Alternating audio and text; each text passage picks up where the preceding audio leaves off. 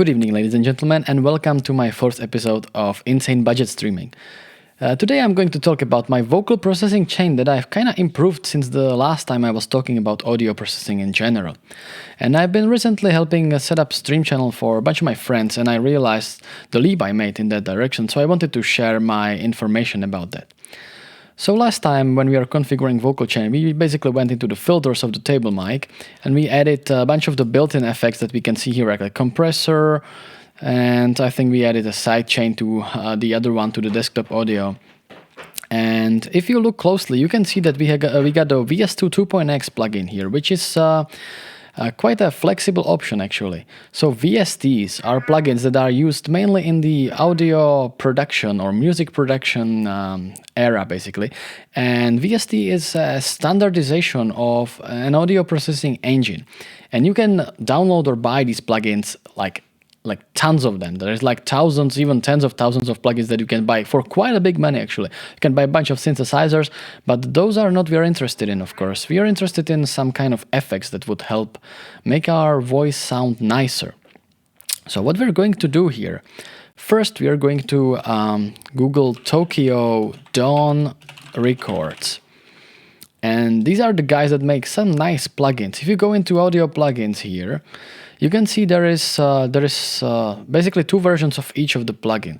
There is Molotok and there is Molotok GE, which stands for Gentleman's Edition, and that is the paid version. But almost for all of these plugins, you get a free version. So what we want to do is grab TDR Nova, the free version here. You just click the free download, and then you can download it either with installer or no installer.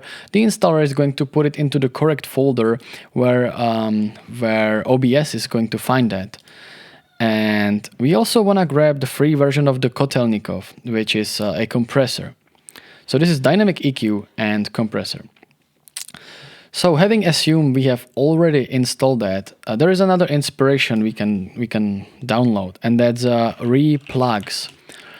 So Reaper is a music production, or let's call it DAW, right? Digital Audio Workstation software that I use also primarily for editing and making music.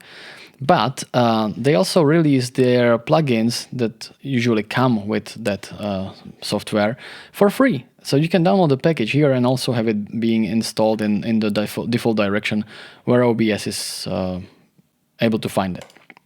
So let's close this. And let's assume we have installed this correctly. So if we now go into the filters, we can add that VST 2.x plugin and then just select it from the bunch that OBS has detected in our system. You can see I have quite a lot of these. But the Reaper plugins, they're at the end, they're called Re something. And the TDR stuff is here, the Kotelnikov and Nova. So I am now going to disable all these plugins, and then as I enable them, I'm going to comment on them. I do apologize for what will come now, as my voice will become like noticeably quieter. So right now I am running my vocal chain without any processing whatsoever. So let's go into the Nova, which we have first in our vocal chain, and open the interface. As you can see, I have quite a bit of stuff here. So basically these are 4 bands of the equalizer. And what we're doing with that is we are removing or boosting some bands of the voice that is coming into it. If we enable that, we can quite see what is going on here. So first we have this HP, which stands for high pass, and it basically means that it's not gonna let in anything that's below 100 Hz, which is not precise because there is a slope to it. You can see we have 24 dB per octave slope. If we select slightly weaker slope, then it's gonna let more of the low frequencies in, and you can observe this when I tap my microphone. You can see these frequencies are still going in. We can here switch to the in, which shows us what's going in into the equalizer before it starts the processing. Whereas if we select the out here, you can see that it will show us what's going out of that equalizer after the filtering has been done. So if I make this slope quite aggressive, as you can see, now that I tap my microphone, see, basically nothing is happening here, but on the input we still have that. So that's quite good to see the difference here. If I were to put that either on this slope and grab it higher, or even let it on this more aggressive one and then just like grab this higher, you can see that now the tapping is basically gone entirely. But also my voice is sounding a lot thinner because it removed a lot of the bass presence from it. And this is the sound that you'll probably get from a telephone or something. So in extreme conditions, you might want to do this to get rid of like keyboard noises, table vibrations if you have your microphone table mounted or something like that. But of course, it also removes parts of your voice. So ideally, you would want to get rid of these noises some better way. But definitely, it's still more pleasant to listen to a slightly thinner voice than to listen to frequent table taps or keyboard taps. So definitely, it's better in this direction. So that's the high pass and also low pass, which we are not using here, filters on the equalizer. But what are these other four bands? So as you can see, I am able to select these individual four bands, and I will tell you about each and every one of them and why I am doing that. So you can see I have a minus 12 dB or even minus 30 dB equalizer on 1 and 10 hertz, 110 hertz. And the reason for that this is a quite a nasty resonance that my room has. And if I disable that, you will be able to hear that. Let me try to do a sound with my voice where it really accentuates that frequency.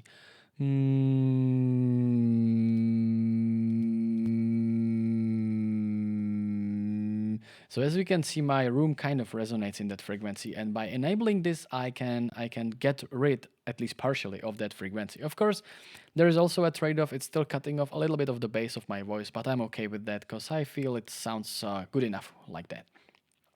Okay, then with this second band, which I have tuned for 268 hertz, and I have just like basically eyeballed the frequency here. I was just like dragging this around until it sounded right. So I think it was 268 before, and I'm basically removing some of the nasal muddiness of my voice with a little more wider band. So the Q here basically tells you how wide is the part of the signal that it affects. For example, on the first band, we got the Q all the way up, which means very thin band. And if I was to lower that, we would make it slightly like flatter and not that aggressive. Similar here, we got almost one here. So if we turn it up, it kind of just cuts surgically, whereas here it affects larger portion of the signal. So that's where basically removing just a little bit of there. Then on the other hand, we are boosting a little bit of the highs here, and they just give the signal a nice presence. These are like more like mid highs, not really highs yet, but they are definitely it gives my voice just a tiny bit, like half a dB boost. And then there's this fourth band, which is boosting the top shelf. You can see here in these three, I have selected this one, the band one. But in the fourth one, I got the top shelf, and that's basically boosting like 10K-ish and everything above. If I accentuate this, you will see that my voice will now sound quite more rash, and see these high frequencies will be more prominent. So I'm only doing this like quite about 2 dBs, and that's fine. And the reason I'm doing this is because my microphone actually attenuates these frequencies quite a lot. You can see there is almost nothing happening in this range already. And your microphone probably might even have a slightly opposite problem, where your S's and F's will be probably maybe too much even. So I will now show you how to fight that, even though my microphone really does not have that problem. Just so you know how to work with this Nova plugin, because it really is a little gem and it's got a lot of options. So far, we have been using all these bands in a regular static IQ, let's call it. Static means that it's simply cutting or like let's say attenuating or boosting the same part of the signal, the same amount. It doesn't react to the signal in any way. So let's reset my gain here. Let's put this onto a regular band EQ, and let me do an S sound for a little while. Okay, so you can see it's basically dead on in this area. So what we can do now is we enable this threshold, and we increase the ratio quite a bit. Let's put it onto like 3.5 to 1. And if you watch my previous video about compressing, this will basically explain what it's doing. So we will be compressing just the band here and not the whole signal. So as I drag down the threshold, you will be able to see that as I do my S's, the EQ actually reacts to that and tries to attenuate the band. But if my sound is okay and if I'm not doing any S's, it's leaving the signal alone. Maybe let me dial this a little back so it's not as aggressive as it was. So right now I can like A, B, and then I do C, and it reacts to the S and cuts that S from that signal. So this is a nice way to get rid of your S's and F's. And if you feel that it's cutting too much of the signal, you can increase the Q, which will make it, as you can see, narrower and only cut a little bit portion of that signal and not a huge chunk of the highs that it might affect. In this scenario, we will probably want to decrease these, decrease the threshold, which will make it more sensitive to the S's, because now it's only reacting to a smaller portion of the signal. But of course, with my microphone, this problem is non-existent, so I will just put this. As a high shelf and disable the threshold again and just boost it as it was before. So these are basically like music production basics. I think I've already done another video about how to use this Nova plugin, so it's just for your consideration to try to tame some of those harsh frequencies. Okay, so we now have an equalizer, but we still sound pretty quiet. So loudness warning, as I will now enable this compressor called Kotelnikov, and as you can see now my voice is substantially louder. And I already was talking about compressors before, but I will just slightly explain what this does. So every time your voice goes above certain threshold, it will try to tame it down, turn the volume down. It is equivalent as if you were riding your grandma in your car, and every time the music in the radio is slightly too loud for her, she will turn it down, and then once it stops being loud, she turns it back up. So that's all the compressor is doing here.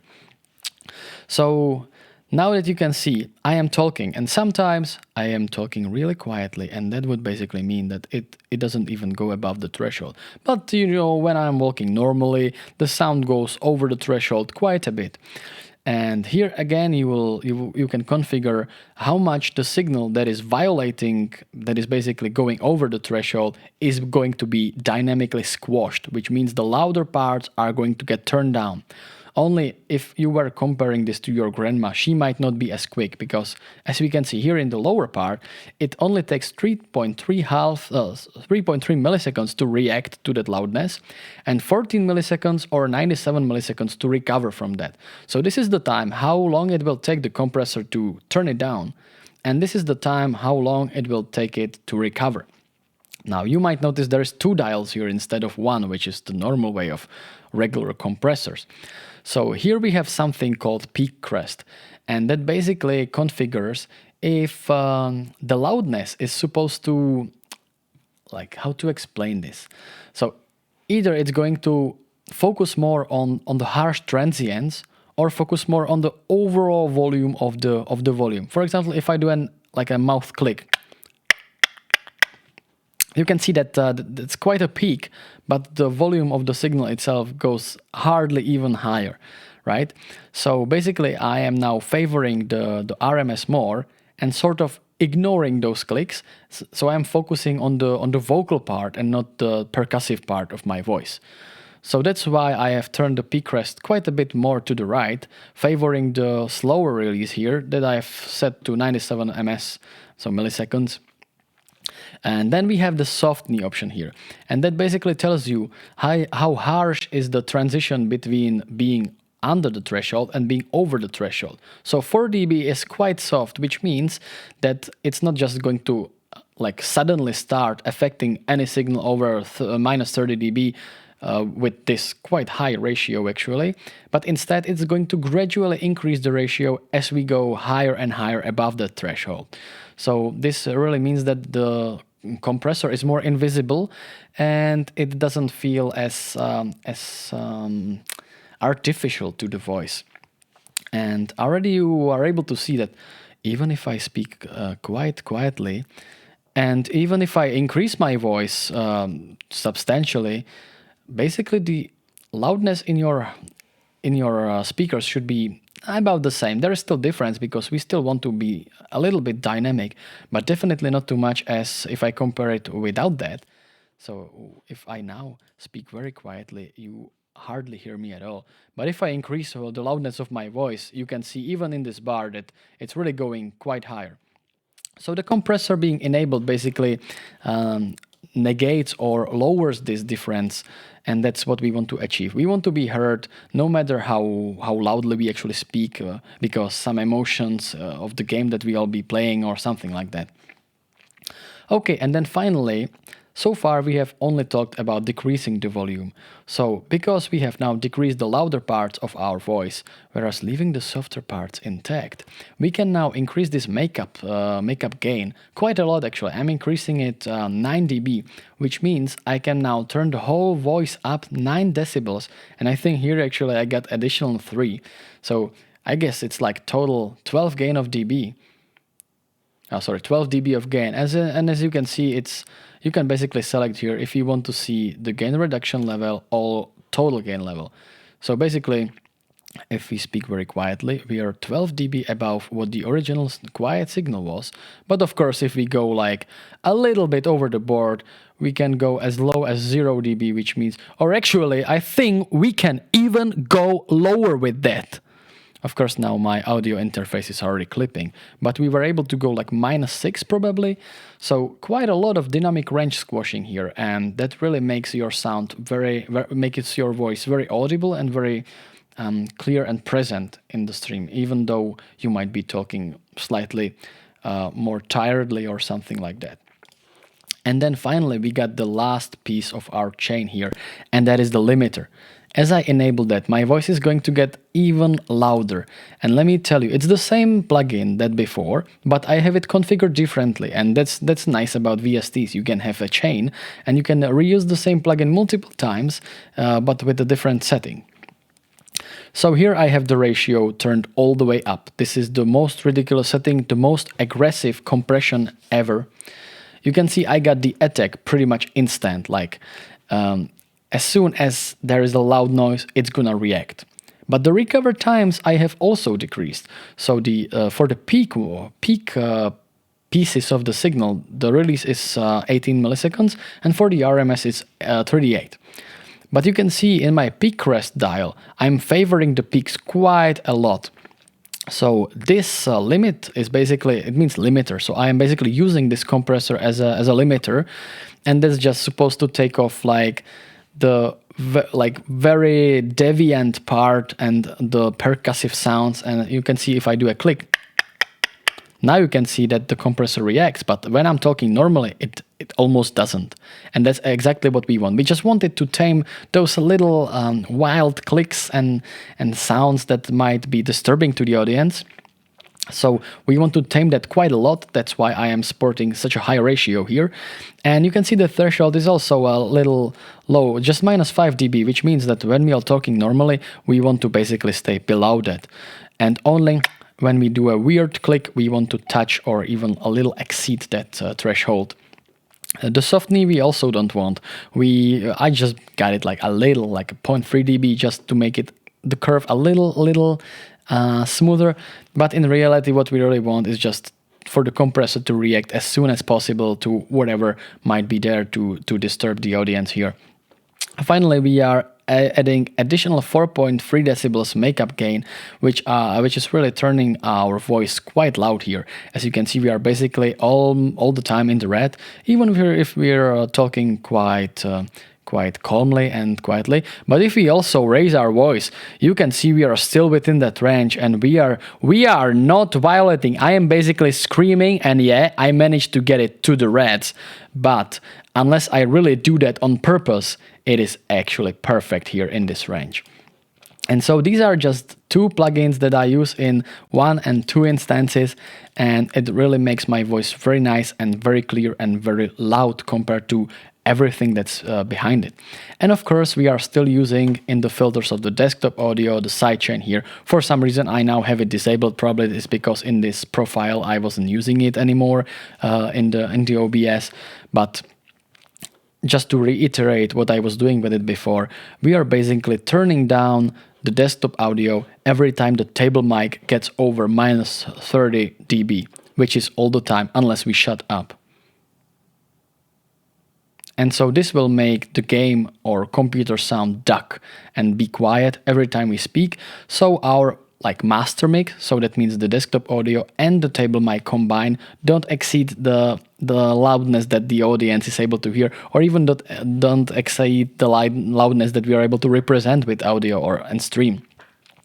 So doing it like that, again, we are reacting quite fast to the sound, but the release is quite slow. I think actually it could be even 500 milliseconds, which will mean that every time we stop speaking, it will take about half a second until the desktop audio returns to its original unaltered volume, which here we got 0 output gain, so it's basically as loud as it was. We are not turning it down or up, we're just turning it down when we speak and leaving it alone when we don't. So yeah, thank you for watching, ladies and gentlemen. This is just, I think, the best way to really configure your vocal chain for free and to have your audience really be able to understand you even when the situations in the game get quite noisy, for example, because there is music or some shooting or stuff like that. And I would really love to see everyone do this for the sake of voice clarity. So thank you for watching and have a nice one. Bye.